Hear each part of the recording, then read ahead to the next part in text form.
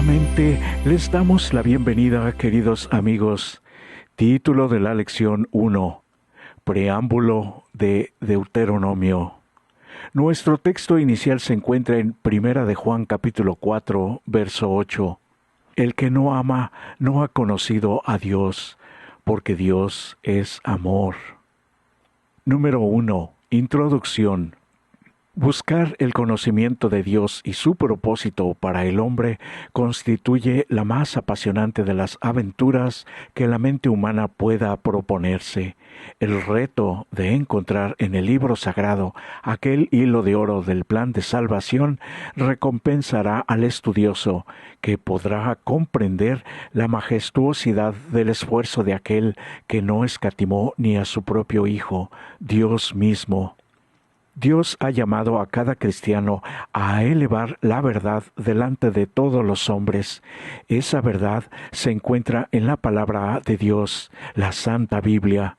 Como dice Juan 17, verso 17, santifícalos en tu verdad, tu palabra es verdad.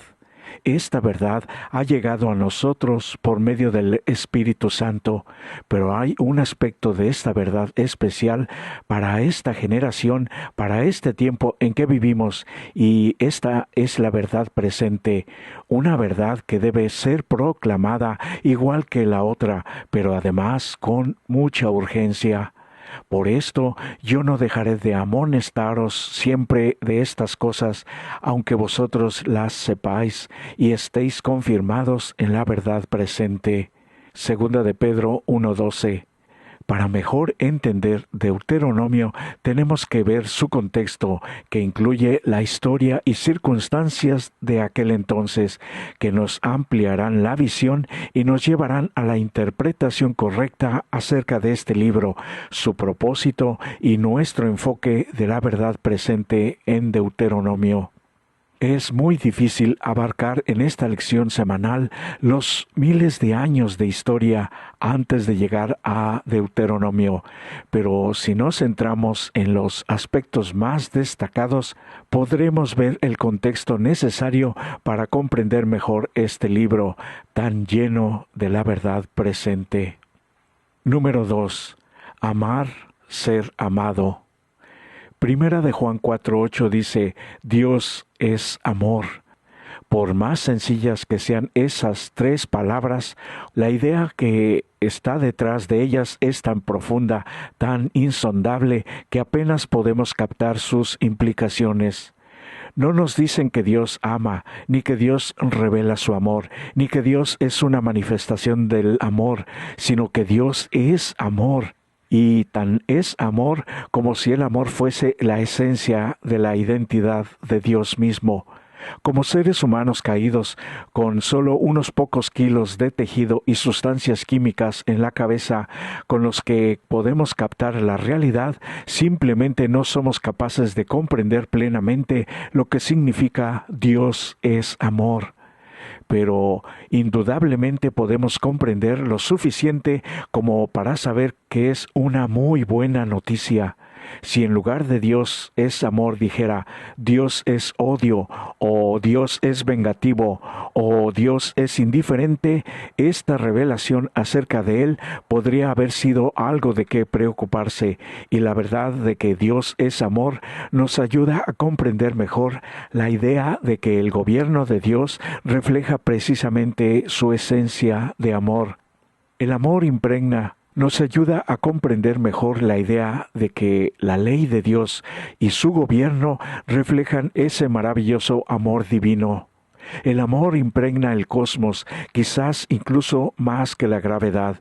Dios nos ama, y por eso nosotros podemos amarlo a Él, de acuerdo a Deuteronomio capítulo 6, verso 5 y Marcos 12:30. Sin embargo, el amor, para ser amor, debe darse gratuitamente. Dios no puede forzar el amor. En el momento en que lo fuerza, ya no es amor.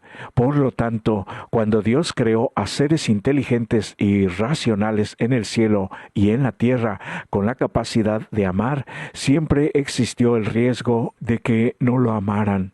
Algunos no lo hicieron y de allí los orígenes de lo que conocemos como el gran conflicto entre el bien y el mal.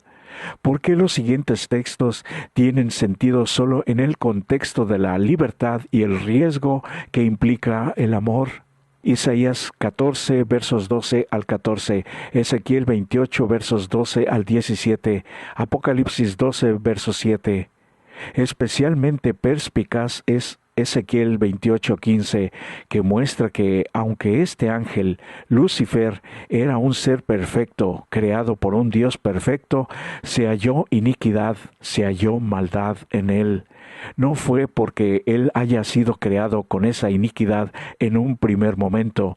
Lucifer fue creado con la capacidad de amar, tenía verdadera libertad moral y, a pesar de todo lo que se le había dado, de toda piedra preciosa era tu vestidura.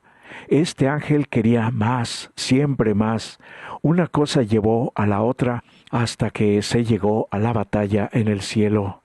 Existen dos perros, un robot que obedece órdenes, nunca ensucian la alfombra ni mastican los muebles. Sin embargo, ¿tendrías algún tipo de relación significativa con este perro?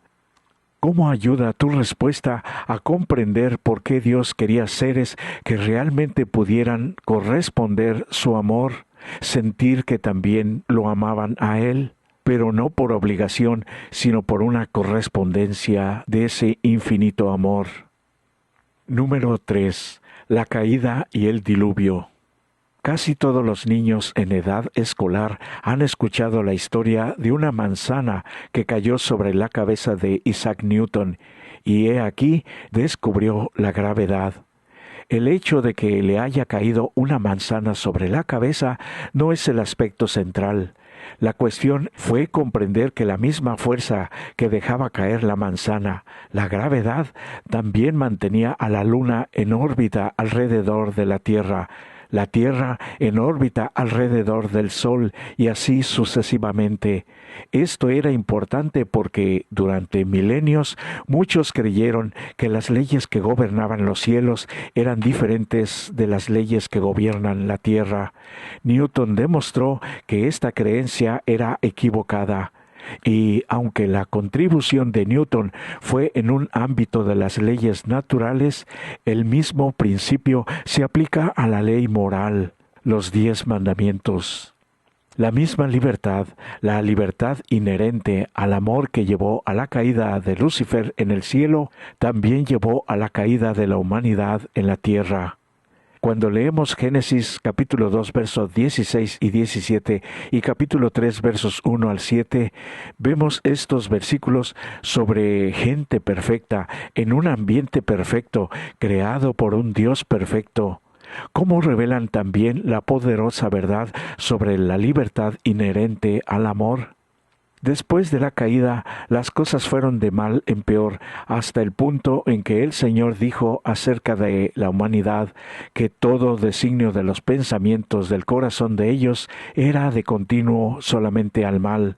Génesis 6:5, y sus pensamientos eran tan malos, sus acciones seguramente también lo eran, hasta que las cosas se volvieron tan malas que el Señor destruyó el mundo entero con un diluvio, en cierto modo para darle a la humanidad otra oportunidad de empezar de nuevo, una especie de segunda creación.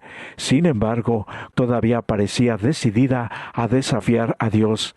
Cuando la torre estuvo parcialmente completa, una parte de ella fue habitada por los edificadores, magníficamente amuebladas y adornadas, las destinaron a sus ídolos para adorarlos en vez de al Dios verdadero.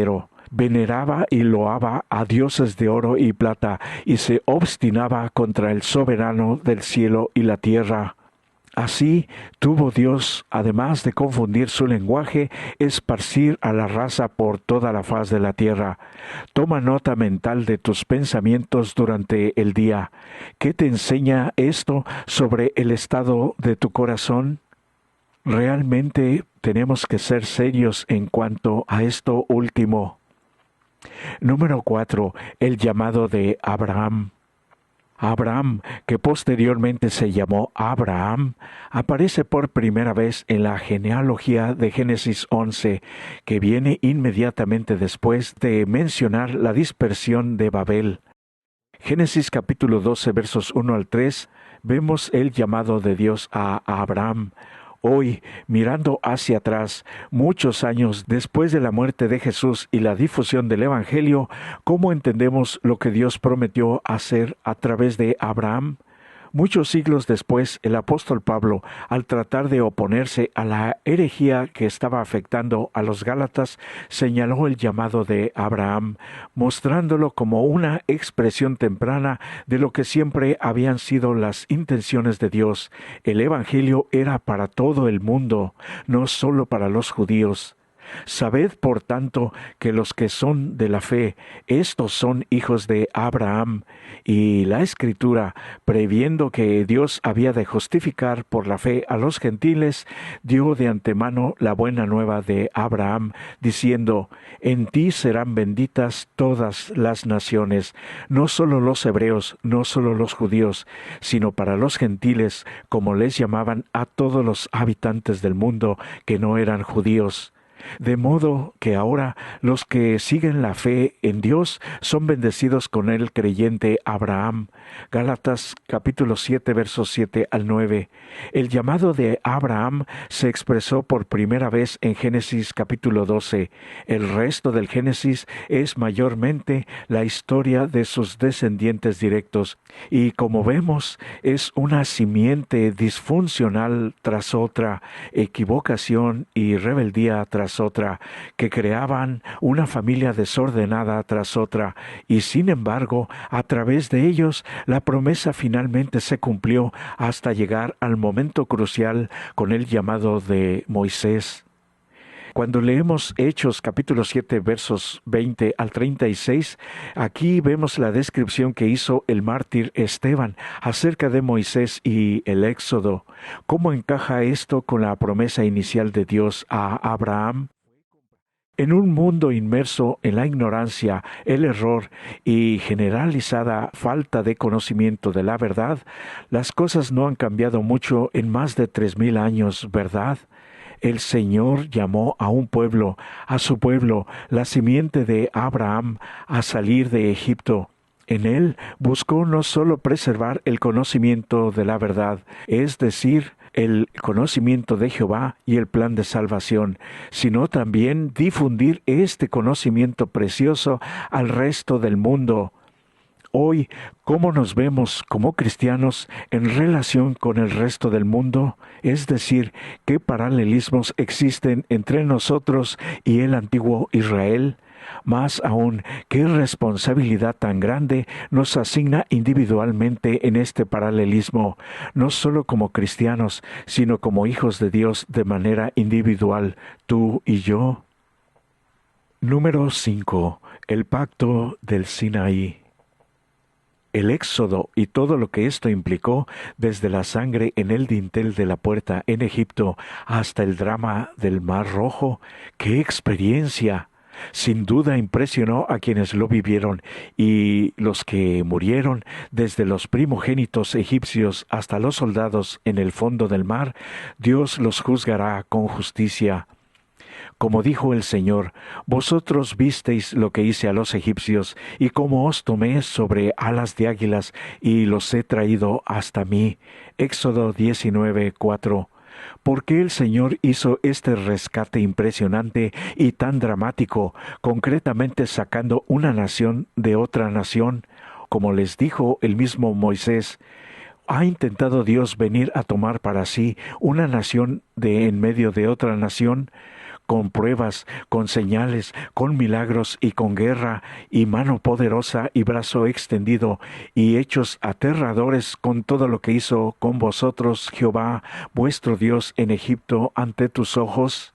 Deuteronomio 4:34. Si leemos Éxodo 19, versos 4 al 8, Dios llamó a salir a la simiente, a los descendientes de los padres Abraham, Isaac y Jacob, y con estos descendientes el Señor estableció su pacto, y ellos serían en verdad mi especial tesoro sobre todos los pueblos, porque mía es toda la tierra. Éxodo 19, 5. Esta relación era fundamental para el pacto. No obstante, esta idea de un especial tesoro, en hebreo, sejulah, podría malinterpretarse fácilmente, y de hecho así fue. La peculiaridad de ellos no provenía de nada que fuese intrínsecamente santo ni justo en sí mismos. Era por la gracia de Dios que recibieron y por las maravillosas verdades que Él les había revelado y otorgado, verdades que debían seguir y que, como un reino de sacerdotes en última instancia, debían esparcir por todo el mundo. Dios luego les dio también algunas de las estipulaciones del pacto, la parte que les tocaba a ellos en el pacto, por así decirlo, pero además los 10 mandamientos de Éxodo 20, que debían ser de conocimiento para todo el mundo, y posteriormente este pacto se ratificó, luego de rociar un altar recién construido con la sangre de las ofrendas. Moisés tomó el libro del pacto y lo leyó a oídos del pueblo, y que para los eruditos comentaristas era precisamente este libro de Deuteronomio. El pueblo entonces en Éxodo 24:7 volvió a declarar que obedecería, habiendo anunciado Moisés todos los mandamientos de la ley a todo el pueblo. Tomó la sangre y roció el mismo libro y también a todo el pueblo, diciendo: Esta es la sangre del pacto que Dios os ha mandado. Hebreos 9, versos 19 y 20. ¿Qué significa la sangre y por qué es tan importante incluso para nosotros hoy? Número 6. Apostasía y castigo. Todo lo que Jehová ha dicho haremos quedó registrado en Éxodo 19, 8.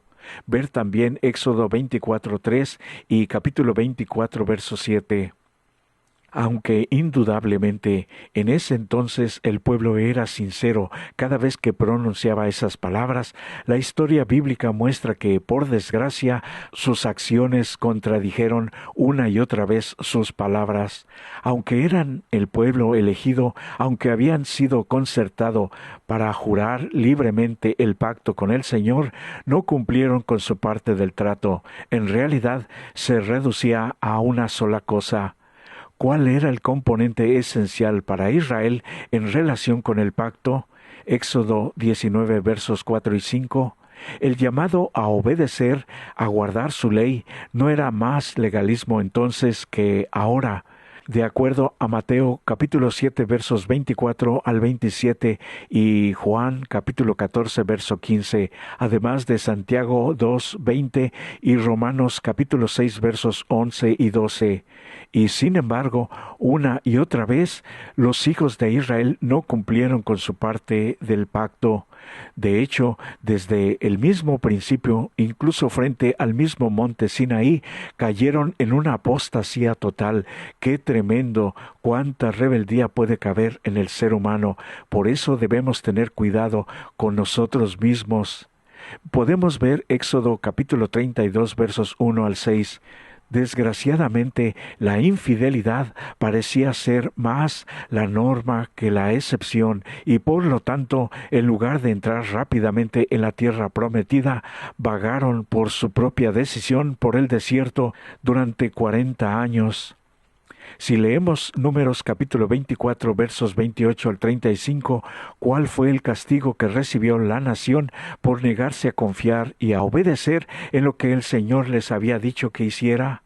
Entonces, como ahora, muy a menudo la desobediencia surge no solo en una rebelión abierta, aunque eso de hecho también ocurre, sino que al no confiar en lo que Dios nos dice, muchos hoy conocen ahora rápidamente a través de las redes sociales el llamado que Dios hace, pero créanme, son muy pocos los que se acercan a Él para ver lo que Dios les está diciendo, llamando, y fácilmente pasan, brincan esta señal buscando más bien la diversión y el entretenimiento en el cual está envuelto este mundo y que fácilmente tú y yo podemos ver en las redes sociales.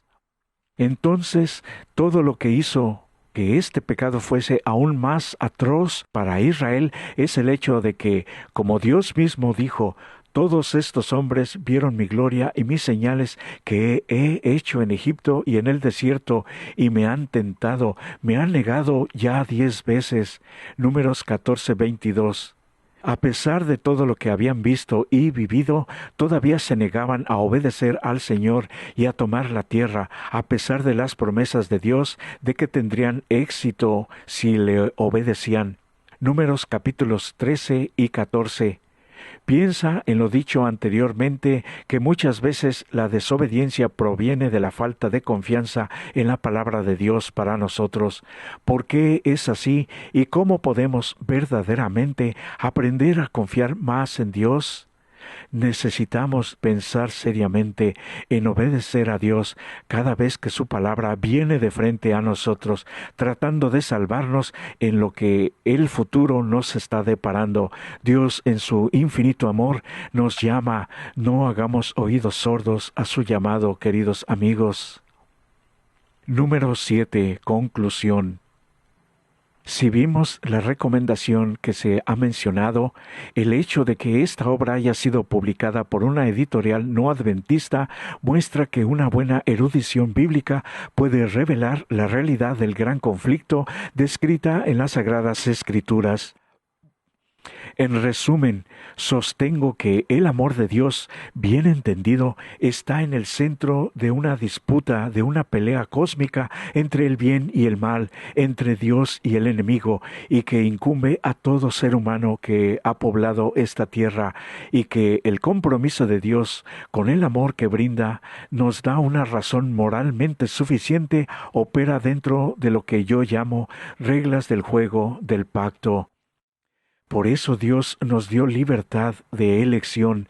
Todo ser humano racional puede entonces elegir entre el bien y el mal, y Dios en esta guerra nos llama a buscarlo a Él, a elegir el bien, porque Él tiene pensamientos de paz y no de mal.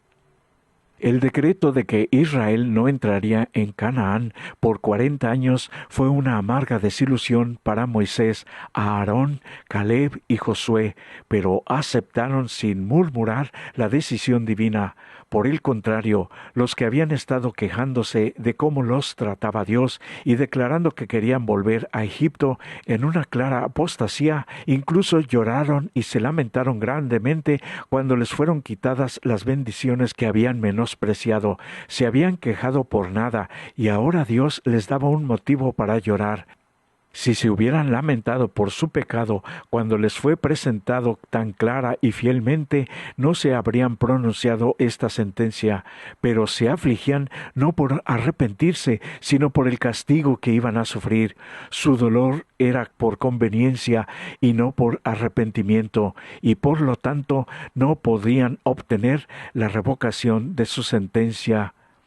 ¿Hasta dónde puede llegar el ser humano en su desvío, en su desobediencia y rebeldía, en su idolatría, en vez de seguir los claros lineamientos que Dios ha puesto frente a nosotros en su bendita palabra, la Biblia?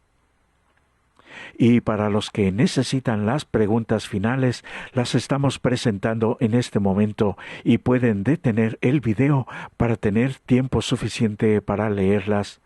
Por eso hoy, querido amigo y amiga, tenemos una nueva oportunidad para buscar nuevamente a Dios, para abrirle nuestro corazón y decirle: Señor, quizás mi vida te ha negado vez tras vez, pero hoy, al entender todo esto que me has revelado, quiero abrir mi mente y mi corazón, toda mi vida, para que entres y me hagas ver con toda claridad el camino verdadero, la vida y la luz que me estás mostrando.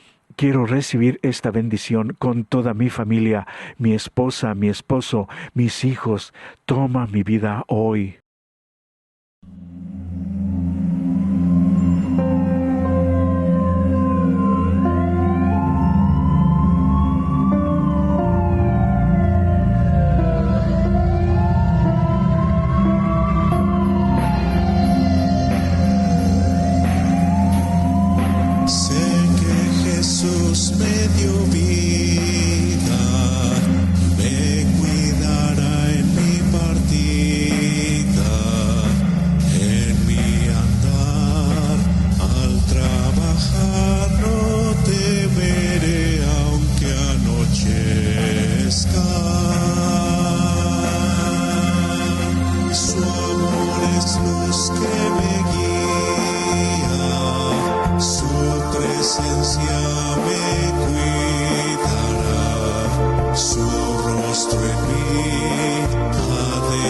brillar nuevo cuando